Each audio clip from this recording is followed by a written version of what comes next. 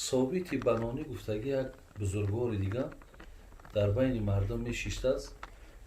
بعد خداوند یاد میکنه، بعد در وجد میومد، در وجد میومد. وجدش برادر عزیز خودش دیگه کنترل کردن نمیتونسته. بعد میگفتن حضرت مقصد چرا مقصد می حالت را فرا میگیره؟ گفته است آخر شما نمیدونید که هر گاهی که اگر الله را که یاد کردی الله تو را یاد میکنه. زیرا خودش گفته است فذکرونی اذکرکم، یادم که یادت میکنم.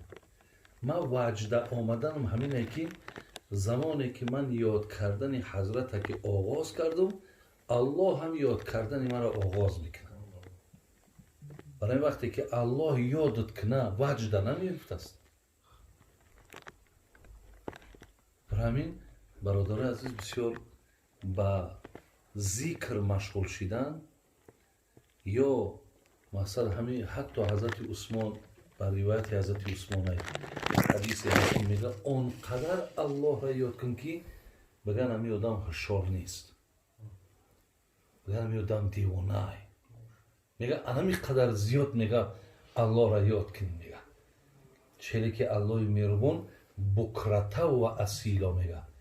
بین بکرته و اصیلا 24 ساعته میدرویه، یعنی 24 ساعت مرا یاد کنی. اگر چنده که همین 24 ساعت هم که تو یاد کنی مرا، ایره تو زیاد نشمار، ایره تو زیاد نشمار.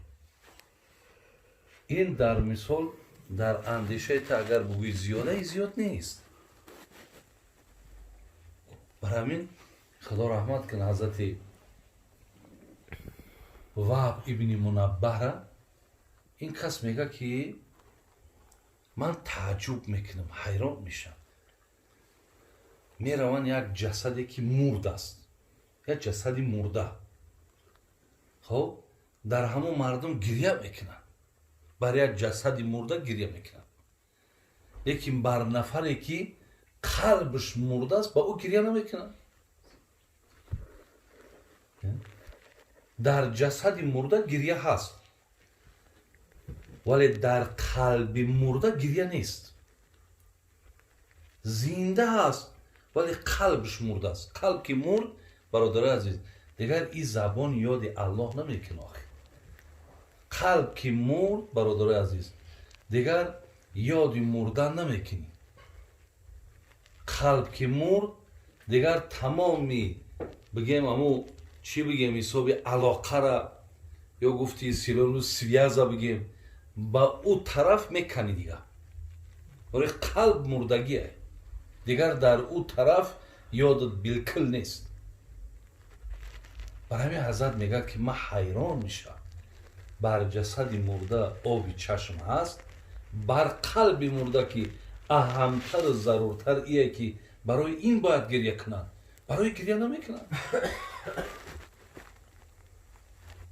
برای همین بود که برادر عزیز زمانهای اول از نفر اگر نماز ترک میشید مردم می آمدن این لیله و این الیه راجعونش میگفتن.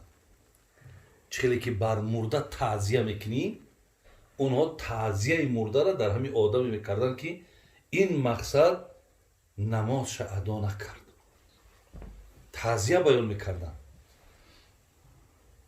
برای همین حقیقتا برادر عزیز ما حدیث ها داریم میگه که مثل الذی یذکر ربه والذی لا یذکره مثل الحی والمیت.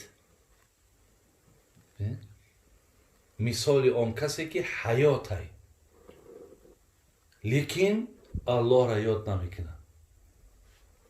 میگه این بینین و مثال آن کسی که الله را یاد میکنه، یعنی دو زنده ای هست که هر دوش یک تاش الله را یاد میکنه چی نمیکنه. پیامبر گفتن اینها همانند آن کسی هستند که یاد کنندش زنده یاد نمیکردگیش هلاک شدگی. از همین لحاظ برادرای عزیز ما باید حقیقتا ذکر الله را ما بیشتر باید داشته باشیم. بیشتر داشته باشیم. هر زمانی که همین اندک وقت یافتی باید خدای مهربان همیشه یادآور شد. الله اکبر بگوی، لا اله الا الله که افضل ذکره. از این مثال گفتنی ها، سبحان الله و بحمدی سبحان الله العظیم. این همیشه در حدیث ها میگه حبیبتان الی الرحمن ثقیلتان فی المیزان بین خفیفتان علی اللسان. پیامبر میگه دو کلمه هست که برای پیش الله چقدر محبوبیت داره. دو کلمه هست که ترازوی اعمال بنده را اینقدر سنگین میکنه. دو کلمه هست که گفتنش به زبان بهت سبکه. چی بوده است؟ سبحان الله و بحمدی سبحان الله العظیم. نقصه همین را بسیار بگید، همین را بسیار بگید. برای این مسئله چیزی را که من مثال یادآور شدم به خاطر اونه که این ماه علاقه آغاز شد. این ماه خودش برادرای عزیز بگیم یک بین جهتی که همون شهر رمضان، خب الذی انزل فیه القرآن، خداوند مقصد بزرگی این ماه را با چی مقصد نسبت میده؟ میگه در این قرآن نازل شده. بزرگی این ماه را از دیگر ماه ها با چی نسبت میده؟ در این ماه شب قدر. بزرگی این ماه را از دیگر ماه ها با چی نسبت میده؟ با اینکه از سحر تو بگه هر زمان دست بردار، یادم کن، فریادم کن، دعا کن، دعات قبوله. ببینید فضیلت این ماه را از دیگر ماه ها با چی نسبت میده؟ خب صفد شیاطین، این شیطان ها همه زنجیر پیچ. این ماه هست مقصد که نیست دیگر وسواس شیطان، مقصد نیست شیطان ها را خدای مهربان زنجیر قطعی در این ماه میبندند، لیکن در ماه های دیگر اینها کشادن. برتری این ماه را از ماه های دیگر با چی میدانند؟ فتحت ابواب الجنه، تمام درهای جنت در این ماه شده. هر کسی را خدا جانش میگیره مقصد جنت علاقه در قبولش دادگی. این ماه را میگه برتریش از همیه. شما بینید که من یک دوخی را او روز در اینترنت نگاه کردم، 10 دوخیه که در روی عالم بگیم که از همه پیشترین دوخی های روی عالم 10 تا بوده. حاضر رقم یکش به نام همون شموخ که اصلا کلمه عربی است، این اصلی ریشش همون شامیخه. شامیخ یک چیزی بلند عرب ها شامیخ میگن. ایرا نرخش همون 3 لیترش در یک بانکایی که حتی بانکش هم مقصد بسیار از بریلیانت و از همینا ساخته شده است، 1,295,000 دلاره. الله چی میگه؟ لخلوف فم الصائم اطیب عند الله من ریح المسک. برتری این روزه را یا ماه را بین ای چی؟ میگه دهنی بوی بدی روزدار به سوی من از همون دوخیه که 1.5 میلیون دلار ارزش داره، از او دا محبوب تر به سوی من همون بوی دهنی روزه داره. این برادرای عزیز و گرامی، مقصد این ماه برتری از ماهاش ببینید چقدر فرقیت زیاد داره. من 10 چیز دیگر از حدیث ها برای شما آوردم میتونم که این ماه از ماه های دیگر چقدر فضیلتش زیاده. حتی بین میگه الله مهربان میگه من برای بنده روزدارم 2 خرسندی دادگیم. این خرسندی در دیگر ماه ها نیست. یکم خرسندیش این همی خانه دادر ما بابا یوسف در مقصد همه چیز تودگی های سودگی که که مقصد ساعت میشوه بود. های وقتی که همین خوردن که سر شد میگه همینجا در میگه فریح بی فطری، بسیار به همین کشادن همین میگه وقتش خوش میشه، خرسند میشه که من روزه ما کشادم. و دیگر میگه خرسندی را که من برای بنده روزدار دادم چی است؟ زمانی که این دنیا را پدرود گفت به خاطر روزه داشتن این ماه مبارک من با او ملاقات میکنم، دیدار خود من نشانش میتونم. وقتی دیدار مرا که دید اینجا ده هم چی؟ اینجا هم خرسندی فراش میگیرد. برای همین برادران عزیز و گرامی، علای مهربان این ماه را ارزانی من داشته است. اگه آورد رسان من ایره روزهاشم یاد و ذکر خدا بود. پیامبر نازنین نبینین حتی در تمام همین عمر همگی 9 سال حضرت روزه گرفتن. این ماه رمضان هم از دویم هجری یگان 17 یا 18 ماه بعد هجرتش حضرت مکه به مدینه روزه فرض شد. روزه فرض شد. انا کن روزه را فرض شدنش حضرت 9 سال بعد فرض شدن روزه حیات دیدگیه. همینجا در 9 بار روزه گرفت. 5 تای همین را میگه 29 روزی گرفت، 4 تای همین را 30 روزی گرفتگی. حضرت هم مقصد از همین روزه میگرفتن و به همه مثال نفرها و نزدیکاش همیشه تشویق میکرد، ترغیب میکرد که مردم باید که در این ماه بیشتر مقصد بیشتر اکو وقتها را گذراندن هر خیل هست. من میتونم کمی بعد همین که سحر که همین سحرخرک ما کردم و بامداد ما خوندم تا بگر میتونم که مقصد خواب کنم، میتونم که مثال در یکون جای دیگر مثال سپریش کنم. لیکن اکو این وقتهای قیمت یاخی وقت قیمت باید با قدرش رسیدن در کره. این ماه را مقصد ایدست دادن بسیار بین وقتایی که در خانه کعبه شده بود مردم ببین همه حرکت میکرد که رمضان در همونجا بگذارن. برای چی؟ برای که مقصد بیشتر ثواب بگیریم، بیشتر دعا و درود بود، شب زنده داری ای. برای همین این روزها و این وقتها را برادرای عزیز هیچ وقت ای دست دادن در کار نیست، به غفلت نگذرونیمش. یکی از عزیزای خدا رو میگه ابن نعیم بانی بود، میگه گفتنش حضرت یا نصیحت ما نمیکنی. یک معرکت آمد و یک عزیزی خدا گویا نصیحت ما نمیکنی برادر عزیز و یا نصیحت کرد. یه خیلی رنگی ما 15-20 minut گپ نزد و یا نصیحت کرد. گفت نصیحت من بر همه تمینه. بچه جانای عزیز گفت نصیحت من میگه که وقتی خدا جان تو بگیره در حالت غفلت نباشی. اینم قدر گپ زد. وقتی الله که پیکشه روان کرد نمایندهشه که برای جان فلانی را بگی همه حالت جانگیری در حالت غفلت نباشی. تمام. اگر ما در همین حالت غفلت نباشیم برادر عزیز، در حالت بی‌پروایی و بی اهمیتی نباشیم، مصلحت حضرت همین بود که انشاءالله مقصد سفرت سفری مبارکه، سفرت سفری خیره. برای همین ماه را از ما هم یک برادر شما مصلحت همین که حرکت کنین که قرآن بخونین. اگر قرآن را نمیدونید قرآن را یاد بگیرین،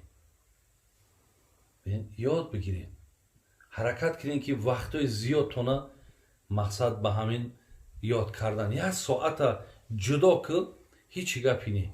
همین روزی دراز میتونی که صلوات زیاد بگوی. با حدیث مشهور داریم که میگه حضرت وقتی بالای منبر دا میبرامد 3 بار آمین گفتن. 3 بار آمین گفتن که عادت حضرت میگه این نبود. وقتی پرسیدنش که مقصد حضرت جان این چی کار بود؟ آمین آمین آمینی تو چی معنی داشت؟ گفت زمانی که این کلمه را میگفتم جبرائیل در پهلوم بود. میگه جبرائیل چی گفتن؟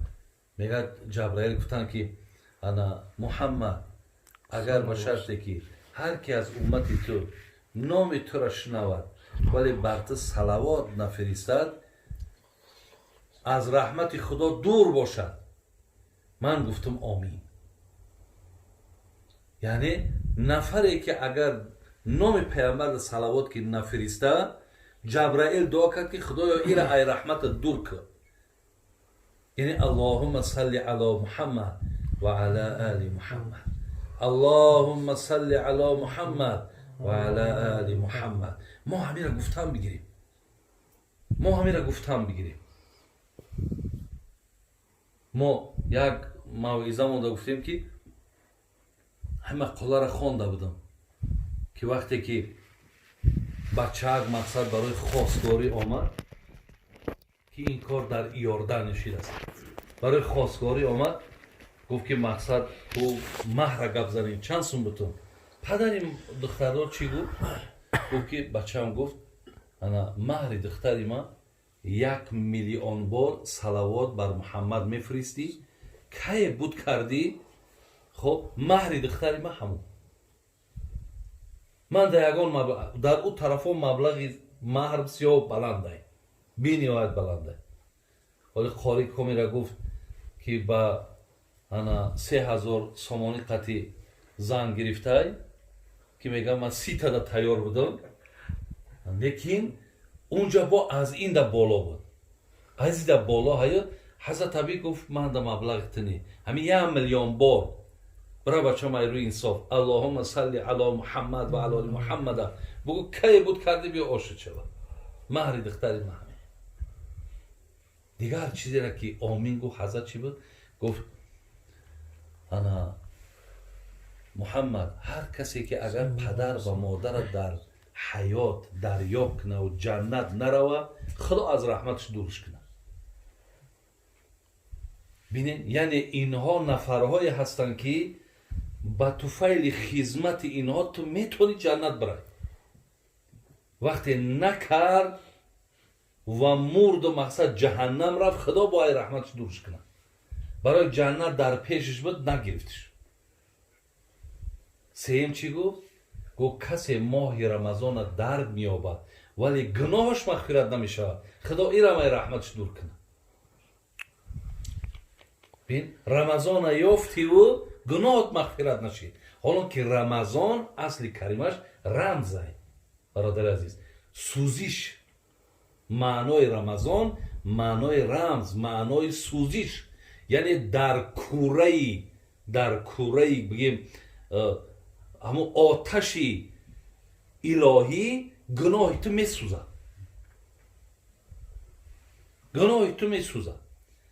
اگر تو گناه ها را در همون کوره یا در همون دیگه که مثال افروختگیش الله بود همونجا نسوزاندی و نابود شو نکردی خدا باید رحمتش دور کنه. زیرا این ماه خودش اصلا ماه مغفرت ماه نابود کردن گناه با در برای همین که پیامبر میگه من لم یدع قول الضر والعمل به فلیس لله حاجة ان یدع الطعام او شراب. کسی در همین دنیا غیبت ترک نکرد، در حالت رمضان غیبت ترک نکرد، سخنهای قبیح سخنهای دروغ بین اینها از زبانش دور نشید فلیس لله حاجة فی ان یدع الطعام او شراب. پیامبر خدا حاجت نداره دیگه تو مینوشی میخری کاری تو دیگه الله دیگه در روزه تو حاجت نداره. برای این ماه را یک تربیهش همینه که ماها باید که در همین ماه دیگر بعضی خصلتایی که داشتیم چخیلی که در حج میره و میگردیم میای باید دیگر آدم شای همین ماه هم باید دیگر آدم کنه. لیکن نشید ولی حج میگه یا نشانه قبولش چیه؟ همون حاجی میگه پیش حج رفتنش مقصد خصلت‌های بسیار بد داشت. ایو سر بگرده میاد هیچ باور نمیاد که همین آدمه. میگن همین نشانه قبول حجه. لیکن در همین رمضان ما یکون تغییر نیفتیم معلومه که همین 30 روز که یکم با ما چی رسید؟ همون تشنگی و گرسنگیش تمام. دیگر هیچی از ثوابش پیدا کردن نتونستیم. برای یه ماه برادر عزیز مشکل های زحمت داره سختی داره ولی حقیقتا این میگذره. ولی نگاه کنیم همین جا داشتگیم ولی ممکن باشه یوسف آخرا یا همین ماده فیرود ممکنه. اگر فیرود ممکنه با میگیم که اون اول در چی گفته بودیم این ببین تمام شد. لیکن کسی کرد آفرین خدای مهربان نامه اعمالش پر. یکی کسی نکردم این گذشت رفت که ای دست داد همونی که را. برای همین برادر عزیز خواهش ما میگه که این ماه را سه فرصت مناسب است. دعا کنین. مثلا می سه دعا را میگه رد نشونده. یک دعاش همین دعای آدمی صائم است. آدمی روزدار دعاش پیش خداوند پرده نداره. مقصد در حال دعاها پیش خدا قبول میشه. کم کمک شب‌ها یگان در کتک نمازی خیلی بوینا پیش ای چی میخیزین اول تهجداتون بخونین یک اخرا در کچه بخونین یا 4 کچه بخونین این نور با بالای نور میشه. خداوند عاقبت های همه منا بخیر ایمان با سلامت نگه داره. آن چی شنیدیم خدای مهربان توفیق شه بر یک ما با شما نصیب. سلام علیکم.